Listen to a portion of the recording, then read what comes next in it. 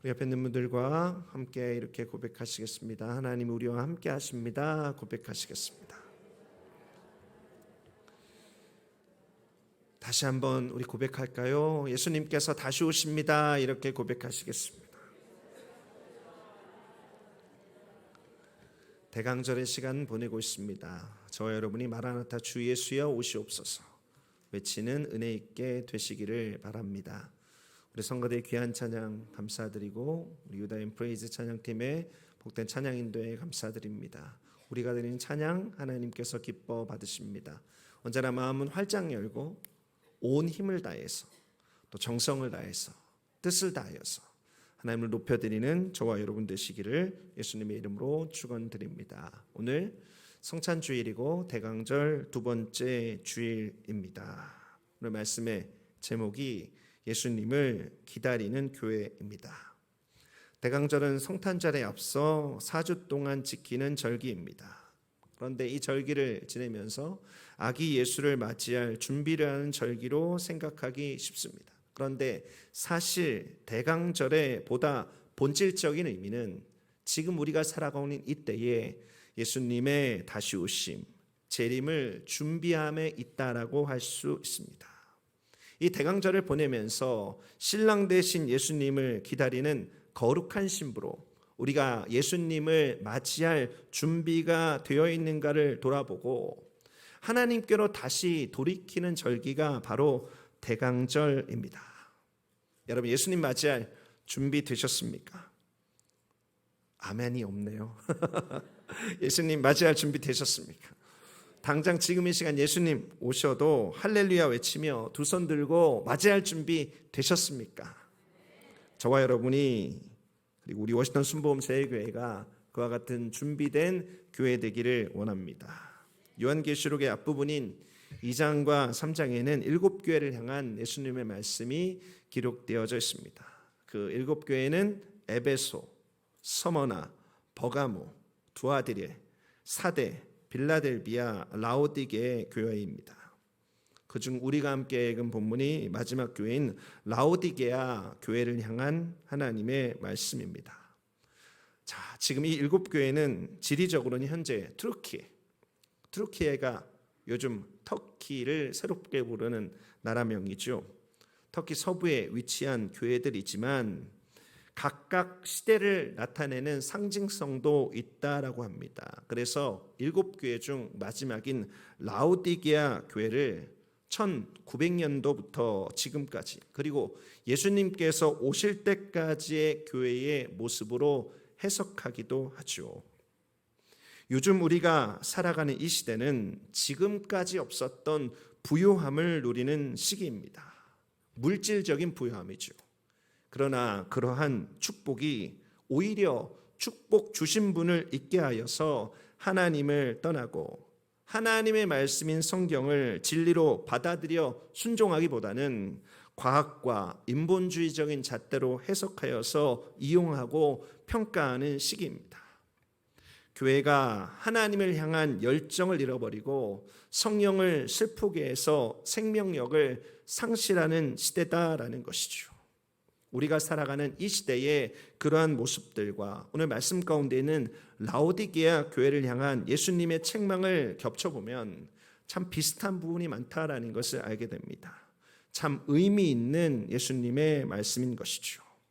사랑하는 성도 여러분, 이 시대를 살고 있는 우리가 이 땅을 살아가는 동안에 예수님께서는 주님의 다시 오심에 대해서 깨어있는 교회와 성도가 되기를 원하고 계신 것입니다. 그래서 오늘 라오디게아 교회를 향한 이 예수님의 말씀이 우리에게 의미가 있는 것이죠. 이 말씀이 우리를 깨우고 우리를 다시 서게 하는 말씀 되기를 원합니다. 그래서 예수님을 진실하게 기다리는 교회로, 예수님을 진실하게 사모하는 교회로 다시 새롭게 되는 워싱턴 순복음 제일교회 되시기를 예수 그리스도의 이름으로 축원드립니다. 요한계시록 3장 15절 16절 말씀부터 함께 보시겠습니다. 같이 한번 읽어볼까요? 내가 내 행위를 아노니 내가 차지도 아니하고 뜨겁지도 아니하도다. 내가 차든지 뜨겁든지 하기를 원하노라. 내가 이같이 미지근하여 뜨겁지도 아니하고 차지도 아니하니 내 입에서 너를 토하여 버리리라. 여러분은 이 말씀을 저와 여러분들에게 주시는 말씀으로 받아들이시기 바랍니다. 이 책망의 말씀을, 이 도전의 말씀을 예수님께서 직접 들려주시는 하나님의 말씀으로 우리의 심령에 받아들이시기 바랍니다. 여러분, 방금 읽은 말씀은 라오디게아 교회를 향한 책망 중에서 우리가 가장 잘 알고 있는 부분입니다.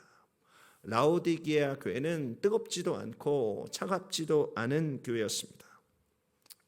라오디게아라고 하는 도시는 부유한 도시였습니다. 하지만 한 가지 아쉬움이 있었는데 그 도시에 물이 부족했습니다. 그래서 옆에 있는 도시인 히에나폴리스라고 하는 도시에서 온천물을 끌어왔고 식수는 차가운 골로새에서 우물물을 끌어와서 사용했습니다. 그런데 이 히에나폴리스라고 하는 도시에서 끌어온 온천의 원수는 뜨거운 것이었지만 라오디게아까지 도착할 무렵이면 미지근해졌죠. 그러면 목욕하기도 좀 부적절하고 온천물이니까 농사에도 사용할 수 없습니다. 그렇다고 마실 수 있는 물도 아니죠. 아주 애매한 물이 되는 것입니다. 예수님께서 라오디게아 교회를 향한 이 책망은 이렇게 그들의 일상에 빗대어서 그들의 영적 상태를 아주 예리하게 진단하고 있는 말씀이 되는 것입니다.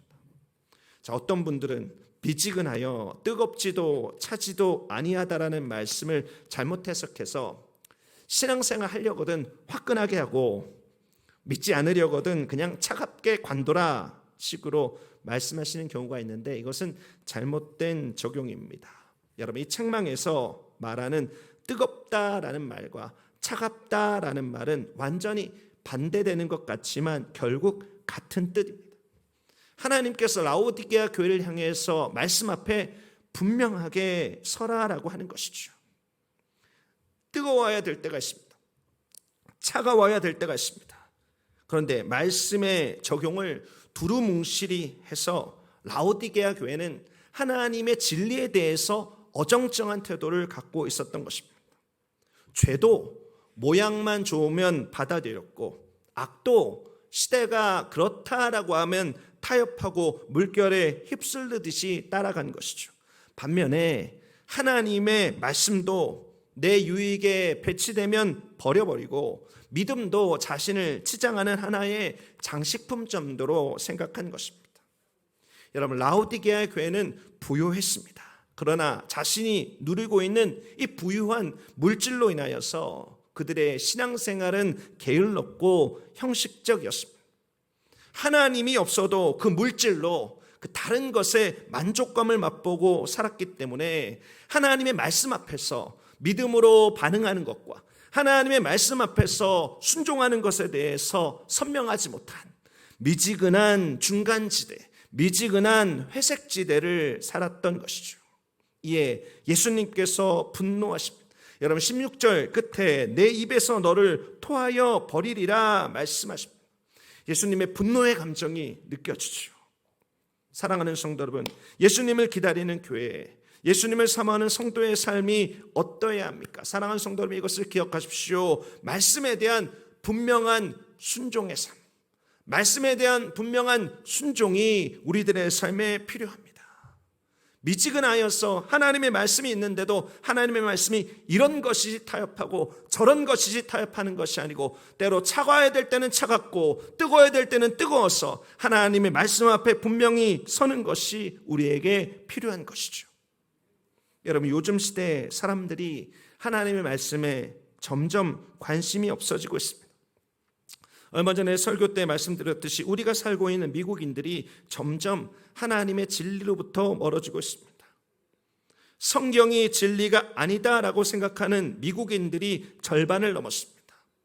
조사 결과 53%의 미국인이 성경을 그대로 믿지 않는다라고 대답했습니다. 8년 전인 2014년도에 41%였는데 성경을 그대로 믿지 않는다는 퍼센테이지가 12%나 증가해서 올해 53%가 된 것이죠. 그리고 계속해서 그것이 증가세에 있습니다. 여러분, 이 조사를 한 연구단체는 지난 8년간 나타난 미국의 두드러진 경향 중에 하나는 성경의 절대 권위를 인정하지 않는 것이다. 특히 신실하다고 하는 교회와 성도들에게서도 개인적인 견해와 문화적인 가치에 맞지 않는 성경 속 가르침을 거부하는 경향이 커지고 있다라고 밝히고 있습니다. 여러분, 라오디게아 교회의 모습과 똑같은 모습입니다. 그리고 이것은 무서운 일입니다. 교회와 성도들조차 내 생각이 하나님의 말씀인 진리보다 위에 있고 우리들의 가치가 하나님의 말씀의 가치보다 더 소중하다고 여기며 살아가고 있다라고 하는 것이죠. 하나님의 말씀 앞에 차지도 않고 뜨겁지도 않은 미적지근한 라오디게아 교회의 모습이 이 시대에 있는 것입니다. 그러니 강단에서 진리의 말씀을 외쳐도 사람들이 관심이 없습니다. 한쪽 귀로 말씀이 들어갔다가 한쪽 귀로 휙 하고 나가버립니다. 좀 재밌는 이야기야 귀 좀 기울이고 그 재밌는 이야기가 하나님의 말씀인 줄 알고 마음에 품고 가져갑니다.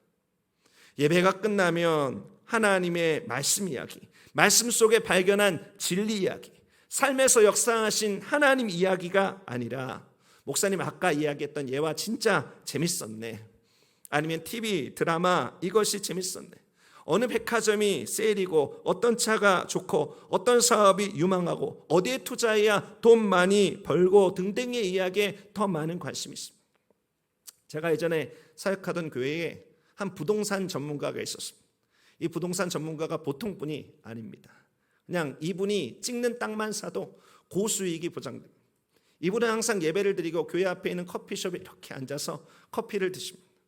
성도님들이 줄을 서서 그분에게 상담을 합니다. 저는 그 광경 보면서 참 마음이 아팠습니다.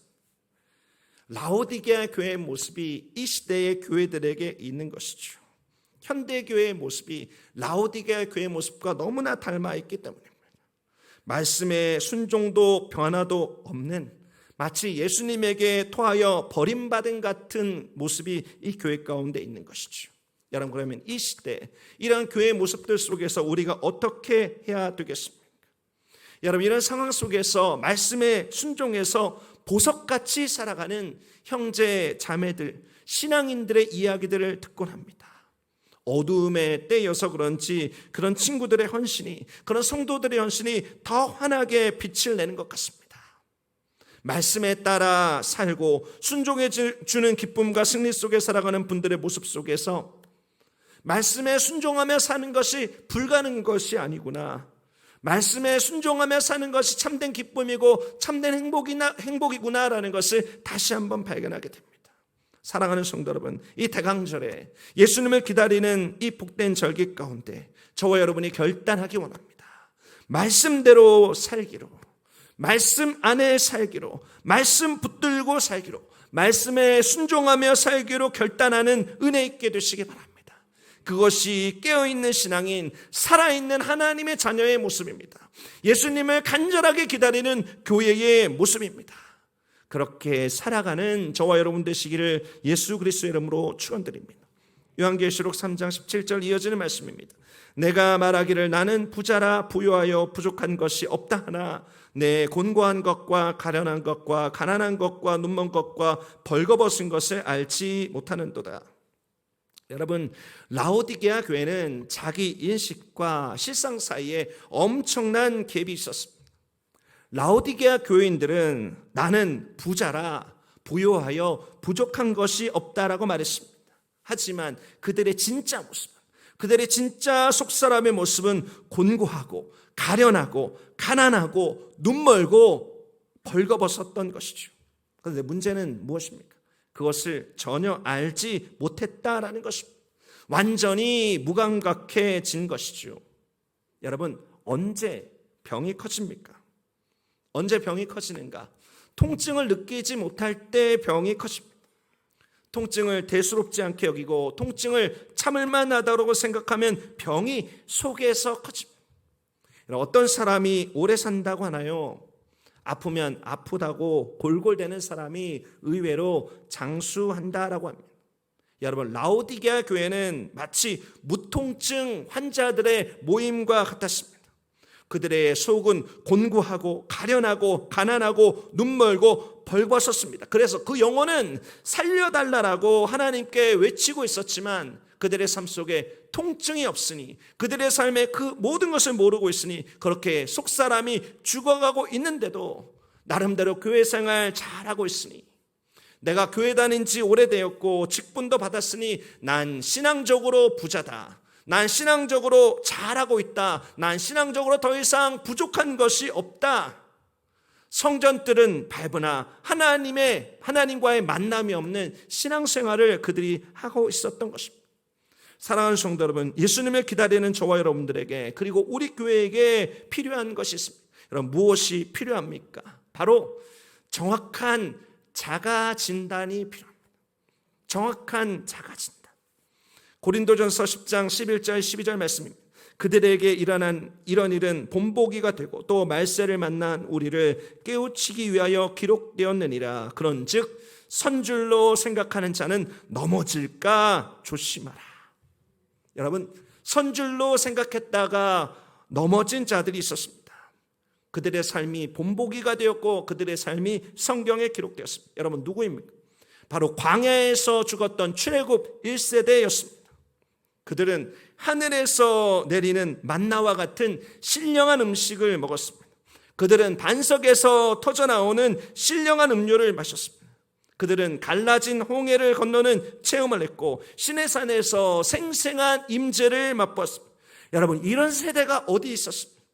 하나님을 정말로 몸으로 생생하게 경험한 시대였습니다. 그들은 섰다라고 생각했습니다. 하지만 그들의 속사람은 우상 숭배를 여전히 즐겨했고 음행을 저질렀습니다. 광야의 시간 속에서 하나님을 끊임없이 시험했고 끊임없는 원망과 불평이 그들에게 있었습니다. 그들은 결국 약속의 땅 가나안이 그들의 것이라고 여겼습니다. 그들의 것이라고 여기면서 나는 서 있는 자라고 생각했지만 결국 그 어느 누구도 약속의 땅에 들어가지 못했습니다. 결국 넘어진 자가 된 것이죠. 여러분, 이것이 우리의 본보기입니다. 우리는 예수님의 십자가로 말미암아 은혜로 구원을 받은 사람입니다. 그러나 동시에 그것이 끝이 아니고 거룩함으로 믿음의 경주를 달려서 주님께서 우리들의 삶에 약속하신 꼬린 지점까지 달려가야 하는 사람입니다. 승리의 면류관이 우리에게 보장되었습니다. 금메달이 우리에게 보장되었습니다. 하지만 결승점을 통과해야 그것을 받는 사람이 바로 저와 여러분입니다. 여러분, 이 시대 속에서 우리가 선줄로 생각하면 넘어집니다. 아직 끝나지 않았습니다. 계속 달려가야 하는 것입니다. 여러분, 우리가 계속 달려나가려면 정확한 자가 진단이 필요합니다. 내 폐 기능이 어떤지, 내 심장의 기능이 어떤지, 내 관절과 근육이 건강한지 그것을 알고 고쳐야 하는 것이죠. 그래야 마라톤 풀코스를 완주할 수 있습니다. 자가 진단이 안 된 상태로 뛰다가 생명을 잃을 수도 있습니다. 또 중도에 포기할 수도 있습니다. 여러분, 엊그제 철야 예배를 드리면서 말씀드렸지만 미국의 사전업체 미리엄 웹스터가 발표한 올 2022년도 단어가 가스라이팅입니다.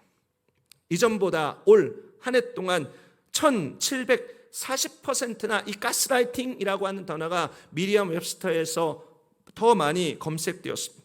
여러분, 가스라이팅이 무엇입니까? 가스라이팅은 심리와 상황을 이용하고 조작해서 누군가의 현실감과 판단력을 잃게 하는 것입니다. 그래서 내 목적과 이익에 그 사람을 이용하는 것입니다. 여러분, 사탄과 세상은 그의 목적인 영혼을 하나라도 어두움에 끌고 가려고 우리를 거짓으로 속여서 가스라이팅 하고 있습니다. 예수님의 십자가의 사랑으로 존귀하게 된 것에 대해서 우리를 향해 너는 자격 없는 자라고 이야기하고 있습니다. 연약한 습관을 들추어내면서 우리들에게 가스라이팅하는 것이죠. 또 하나님의 뜻에 벗어난 율법주의, 형식주의적인 신앙에 대해서 그래, 잘하고 있다, 그게 신앙생활이지, 우리를 부추겨서 가스라이팅하고 있습니다. 여러분, 가스라이팅은 사탄의 주특기입니다. 이것이 오랫동안 그렇게 많이 검색되었다라고 하는 것은 이 세상에 사탄의 통치의 방법이 이제 흔해졌다라고 하는 것이고, 그것이 사람들의 관심거리가 되고 있다라고 하는 뜻입니다. 여러분, 사탄은 끊임없이 속입니다. 거짓의 아비인 사탄이 할 수 있는 것은 속이는 것밖에 없습니다. 그는 우리가 하나님 안에서 나를 발견하는 거룩한 자가진단을 방해합니다. 예수 그리스도 안에서 발견되어지는 거룩한 자가진단을 방해하면서 우리를 계속해서 마비시켜 넘어뜨리려고 가스라이팅하고 있습니다. 사랑하는 성도 여러분, 다시 한번 말씀드립니다. 아픔을 느끼는 것이 축복입니다. 내가 곤고하다라는 것을 알고, 내가 불쌍한 존재라는 것을 알고, 영적으로 가난하다는 것을 알고, 내가 눈먼 것과 벌거벗은 것을 알아야 합니다. 알아야 그것을 고치고 매달릴 수 있습니다. 회복해달라고 예수님의 옷자락 붙들고 울며 예수님의 손길을 기다릴 수 있습니다. 거기에서 치료와 회복이 시작되는 것이죠. 예수님의 손길이 우리 안에 임하게 되는 것입니다. 오늘 우리가 예배 드리면서 기도하는 가운데 하나님께서 우리 가운데 보내신 성령으로 말미암아, 우리에게 주신 말씀으로 말미암아 예수 그리스도 안에서 내가 누구인지, 내 상태는 어떠한지 발견하는 거룩한 자가진단이 있게 되시기를 예수 그리스도의 이름으로 축원드립니다. 그 놀라운 발견 속에 회복되는 은혜를 지금 이 시간 경험하는 저와 여러분 되시기를 예수 그리스도의 이름으로 축원드립니다. 마지막으로 18절 말씀 보시겠습니다. 내가 너를 권하노니 내게서 불로 연단한 금을 사서 부요하게 하고, 흰옷을 사서 입어 벌거벗은 수치를 보이지 않게 하고, 안약을 사서 눈에 발라 보게 하라. 하나님의 말씀에 대한 분명한 순종, 그리고 정확한 자가 진단을 바탕으로 라오디게아 교회가 해야 될 것이 있습니다. 18절 말씀에 그들이 사야 될 것이 있다라고 말씀하고 있습니다. 세 가지를 사야 되는데, 불로 연단한 금을 사서 부요하게 하고, 흰옷을 사서 벌거벗은 수치를 가리고, 안약을 사서 눈에 발라 보게 해야 한다라고 기록하고 있습니다. 여러분, 불로 연단한 금을 사라라고 하는 것은 진정한 부요가 무엇인지 경험하라라고 하는 것입니다. 가짜나 불순물이 없는 연단된 순수한 진짜 금, 우리를 정말로 부유하게 하는 순금과 같은 정결한 믿음 가지라라고 하는 말이죠. 두 번째, 그들이 사야 될 것은 흰옷이었습니다. 당시 라오디게아 교회는 검은색 양모 옷이 유행했다라고 합니다. 아마 성도들이 교회 나오면서 당시 유행하는 최신식 검은 양모 옷 입고 와서 자랑하면서 얼마에 샀느니, 어디서 샀느니 했을지도 모르겠습니다. 하지만 그들이 정말로 사야 됐던 것은 최신 유행하는 흑 양모 코트가 아니라 흰옷을 사야 했습니다. 예수님의 보혈로 옷 입는 것이죠. 치장된 외모로 그들의 부끄러움을 감추는 것이 아니고, 하나님 앞에 죄를 고백하고 회개해서 용서받음으로 얻게 된 의로움으로 그들이 사서 옷 입어야 되었던 것입니다. 그 의로움으로 벌거벗은 수치를 가려야 됐던 것이죠. 세 번째 사야 되었던 것은 안약입니다. 당시 라오디게아에는 유명한 의과대학이 있었고, 특별히 부르기아 안약은 세계적으로 각광받는 의약품이었습니다. 그런데 그들이 사야 될 것은 당시 유명한 부르기아 안약이 아닙니다. 영적인 눈을 뜨게 해주는 안약입니다. 그 안약을 발라서 눈먼 상태에서 벗어나야 합니다. 여러분, 근데 안약은 어떻습니까? 안약은 한 번 발라서 눈이 떠지지 않습니다. 안약은 보일 때까지 계속해서 발라야 하는 것이죠. 여러분, 영적 눈을 뜨는 분별력은 한 번에 생기지 않습니다. 말씀에 비추고 또 비추고 말씀 앞에 훈련되고 연습돼야 조금씩 생기는 것이 영적 분별력, 눈이 열려지게 되는 것입니다.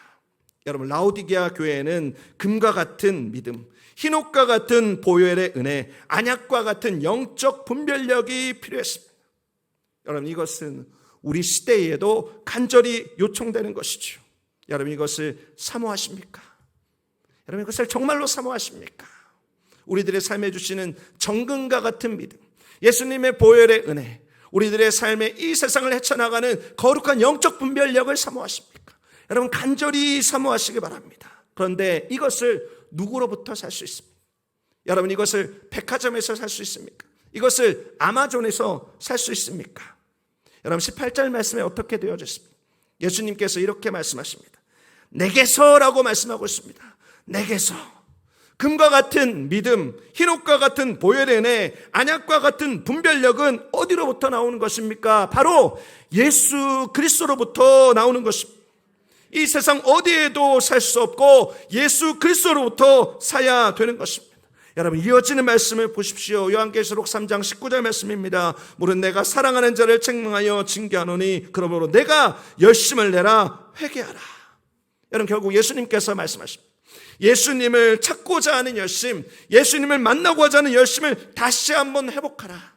그래서 나에게로 돌아오라라고 말씀하고 있는 것입니다. 여러분, 다시 한번 말씀드립니다. 이 시대를 헤쳐나가는 믿음과 은혜와 분별력은 예수님께로 나옵니다.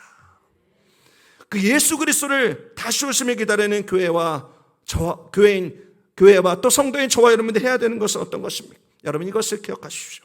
예수님을 향한 열심, 예수님을 향한 열심을 회복해서 힘써 예수님께로 돌아가야 합니다. 우리가 잘 아는 말씀이 20절에 이어지고 있습니다. 같이 한번 읽어보죠. 볼지어다 내가 문 밖에 서서 두드리노니 누구든지 내 음성을 듣고 문을 열면 내가 그에게로 들어가 그와 더불어 먹고 그는 나와 더불어 먹으리라.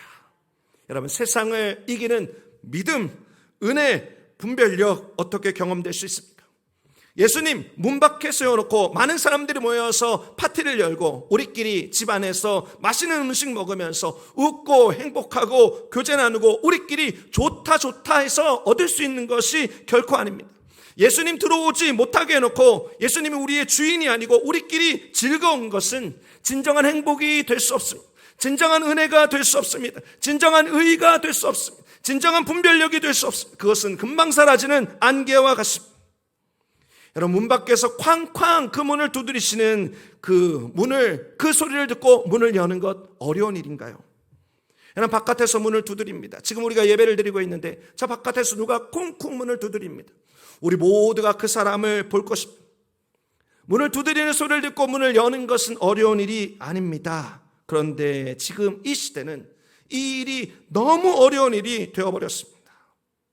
귀에 들려오는 아름다운 유혹의 소리들, 눈앞에 있는 현란한 미혹의 것들이 예수님이 두드리는 소리도 듣지 못하고 두드리는 예수님도 보지 못하게 하는 정말로 안타까운 어둠의 시대가 되고 있는 것이죠. 사랑하는 성도 여러분, 이 시대에 필요한 것이 무엇입니까? 열심이 필요합니다. 열심이 필요합니다. 지금 이전의 시대보다 더 큰 열심이 필요합니다. 예수님을 향한 귀를 열고 마음을 열고 예수님을 만나고자 하는, 예수님께로 돌아가고자 하는 특심이 우리에게 필요한 것입니다. 우리가 귀 기울여서 듣기 원합니다. 문을 두드리시며 나에게 오셔서 나의 사랑, 나의 어여쁜 자여 나와 함께 일어나 가자. 여러분, 그 부르시는 예수님의 음성을 듣기 원합니다. 그리고 문을 열어서 예수님을 내 삶에 받아들이고 예수님께로 돌아가는 저와 여러분 되시기를 예수님의 이름으로 축원드립니다. 예수님을 기다리는 이 복된 계절에 저와 여러분이 그와 같은 열심으로 예수님께 돌아가는, 예수님께서 우리들의 삶에 주시는 믿음과 은혜와 분별력을 회복하여 이 세상을 이겨나가는 저와 여러분 되시기를 예수 그리스도의 이름으로 축원드립니다. 예수님을 기다리는 교회, 예수님을 기다리는 성도, 워싱턴 순복음 제일교회 바로 저와 여러분 되기 원합니다. 오늘 주시는 말씀을 기억하십시오. 예수님을 기다리는 교회는 말씀에 대한 분명한 순종을 하는 교회입니다. 타협하지 않는 교회입니다. 미지근한 순종이 아니고 뜨겁던지 차갑던지 순종하는 교회입니다. 분명하고 선명하게 하나님의 말씀을 따르는 교회입니다. 예수님을 따르는 교회는 정확한 자가 진단을 필요로 하고 있습니다. 우리의 길이 어떤 것인지, 우리가 어디서 넘어졌는지, 우리가 어디서 끊어졌는지를 하나님의 은혜 가운데 회복하는 것입니다. 또 우리가 해야 되는 것이 있습니다. 예수님을 향한 열심으로 힘써 예수님께 돌아가는 것입니다. 예수님께서 우리들의 삶에 베풀어 주시는 정금 같은 믿음, 예수님께서 우리에게 주시는 보혈의 은혜, 예수님께서 우리에게 주시는 거룩한 분별력을 회복해서 이 세상을 이기는 교회가 바로 예수님을 기다리는 교회인 것입니다. 저와 여러분 그런 교회로 살아가는 은혜 있게 되시기를 예수 그리스도의 이름으로 축원드립니다. 기도하시겠습니다. 존귀하신 하나님 감사드립니다. 하나님, 우리가 예수님을 간절히 사모하며 기다리는 거룩한 믿음의 성도, 복된 교회 되길 원합니다. 주여, 우리들의 삶을 인도하여 주시옵소서. 모든 말씀 예수 그리스도의 귀하신 이름으로 기도드립니다.